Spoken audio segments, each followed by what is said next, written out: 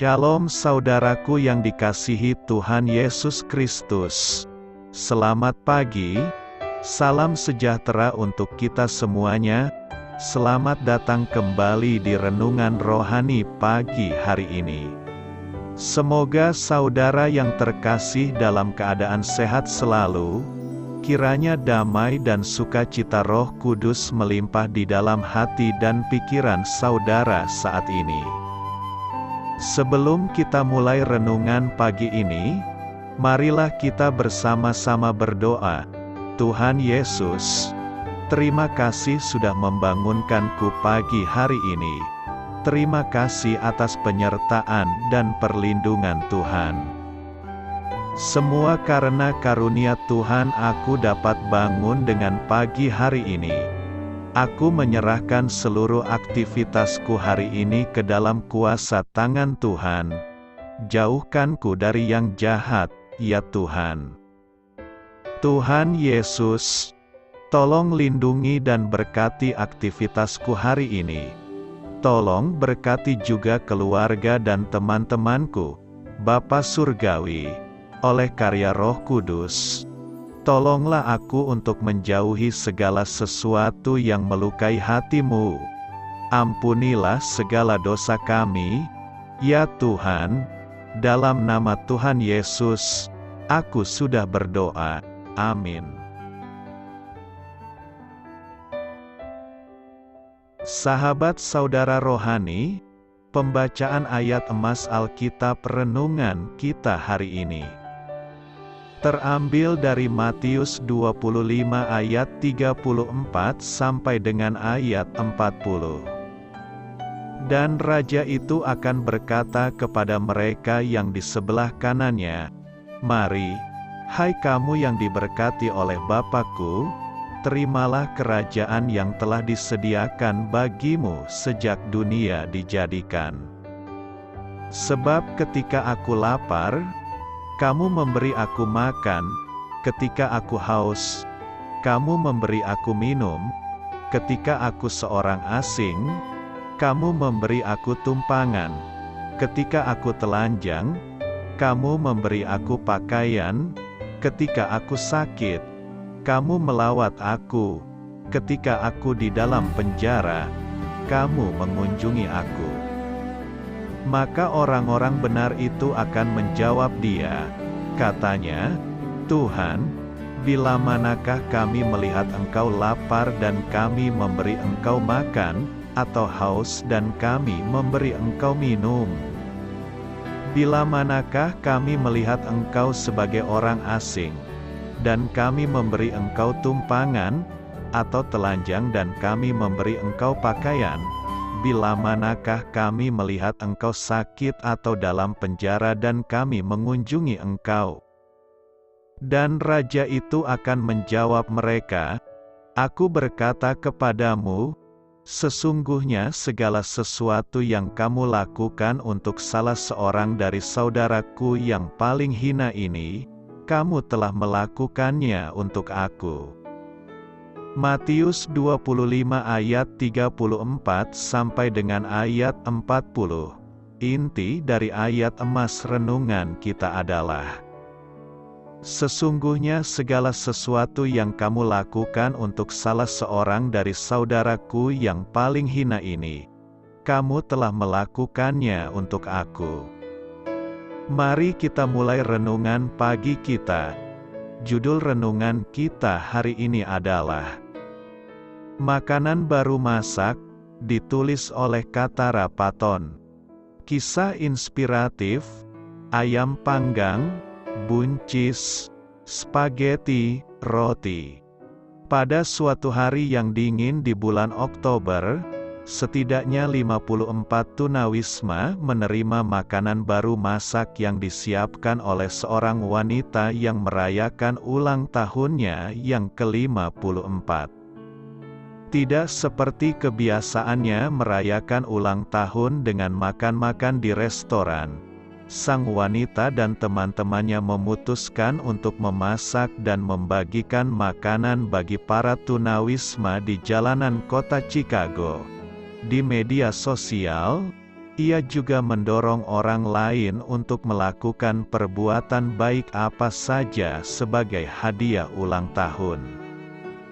Kisah itu mengingatkan saya pada perkataan Yesus dalam Matius 25, "Aku berkata kepadamu, sesungguhnya segala sesuatu yang kamu lakukan untuk salah seorang dari saudaraku yang paling hina ini, kamu telah melakukannya untuk aku." Yesus mengucapkan kata-kata itu setelah menyatakan bahwa domba-dombanya akan diundang ke dalam kerajaannya untuk menerima warisan mereka. Pada waktu itu, Yesus akan mengakui bahwa merekalah orang-orang yang memberinya makan dan pakaian oleh karena iman mereka yang murni kepadanya, tidak seperti pemuka agama yang angkuh dan tidak percaya kepadanya. Meski orang-orang benar akan bertanya kapan mereka memberi makan dan pakaian kepada Yesus, Dia meyakinkan mereka bahwa segala sesuatu yang mereka lakukan bagi orang lain sesungguhnya telah mereka lakukan baginya. Memberi makan mereka yang lapar hanyalah salah satu cara Allah untuk menolong kita melayani umat-Nya, menyatakan kasih kita kepadanya, dan menunjukkan hubungan kita dengannya. Semoga Dia menolong kita untuk memenuhi kebutuhan sesama hari ini. Amin. Marilah kita renungkan di dalam hati kita. Perbuatan baik apa yang dapat Anda lakukan hari ini untuk menyatakan kasih Allah kepada sesama? Bagaimana Anda juga melayaninya ketika Anda memenuhi kebutuhan mereka? Hal ini patut kamu ketahui. Matius menggambarkan hidup pelayanan yang diabdikan kepada yang paling hina dari saudaraku. Matius 25 ayat 40. Gagasan melayani mereka yang berkebutuhan sebagai salah satu cara melayani Allah secara tidak langsung juga ditemukan dalam Amsal 19 ayat 17. Siapa menaruh belas kasihan kepada orang yang lemah, memiutangi Tuhan, yang akan membalas perbuatannya itu. Karena di bagian lain dari Injil Matius, Yesus mendefinisikan saudaranya sebagai mereka yang melakukan kehendak Bapa-Ku yang di surga. Matius tampaknya berfokus terutama pada perlakuan terhadap orang-orang percaya yang lemah dan berkebutuhan karena telah mengambil risiko besar dengan melayaninya.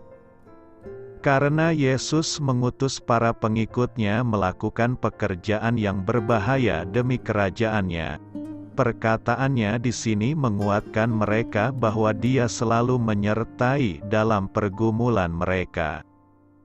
Menolong orang yang sepadan dengan kita itu biasa sebab mereka juga akan membalas kebaikan itu pada kita.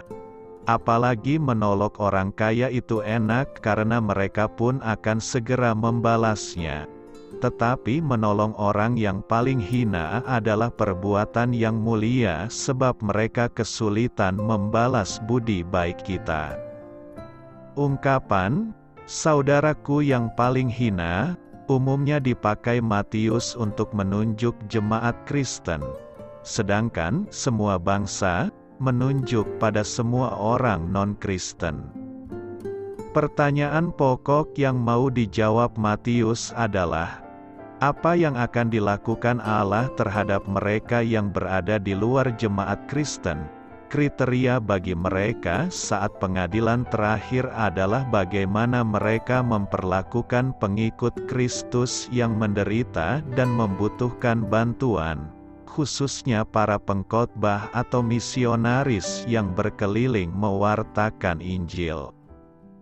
Lebih lagi di sini Yesus menyamakan dirinya dengan mereka yang paling kecil.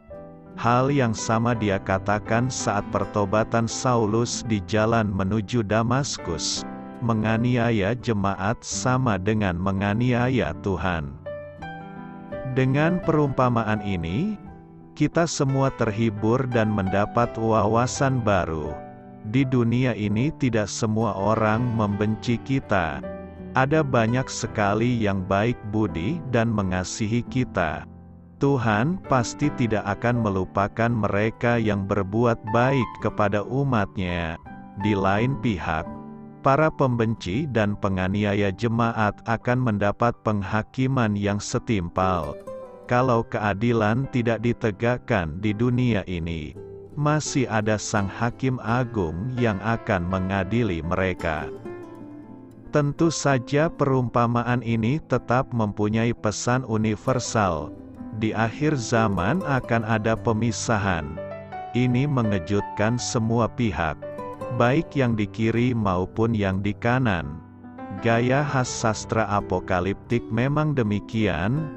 Pengenalan utuh akan anak manusia baru terjadi pada akhir zaman. Di mana dia bersembunyi selama ini, ternyata ia dapat dijumpai dalam kesederhanaan dan kelemahan. Itu sebabnya banyak orang tidak melihatnya, sebab dia biasanya lebih sering dikaitkan dengan semua yang serba maha, maha besar, maha mulia, maha kuasa, dan sebagainya. Wawasan kita akan Kristus dengan ini semakin diperkaya. Kristus, Sang Raja Mulia, baru akan kita temui nanti di akhir zaman, saat Ia tampil sebagai hakim.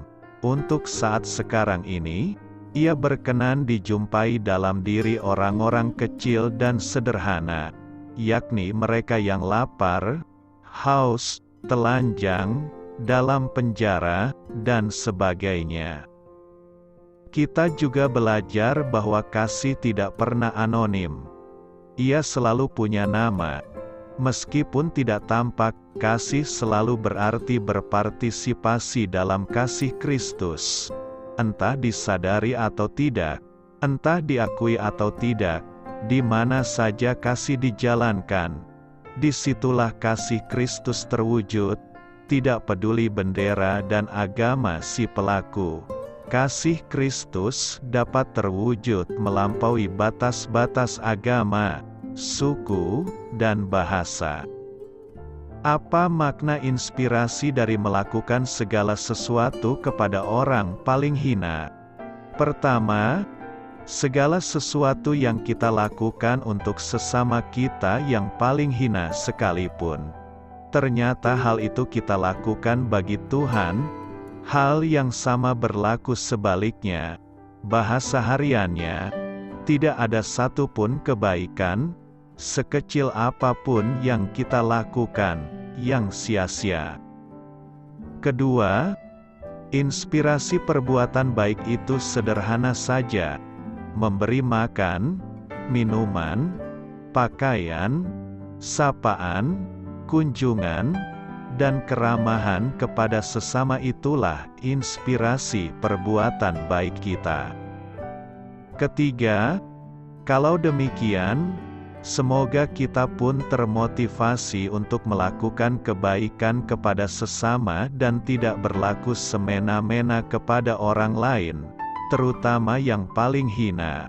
Sebab, segala sesuatu yang kita buat bagi mereka, ternyata tertuju bagi Tuhan yang Maha Kuasa.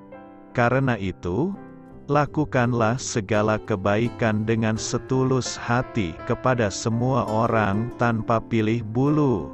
Selamat berkarya untuk Tuhan. Amin.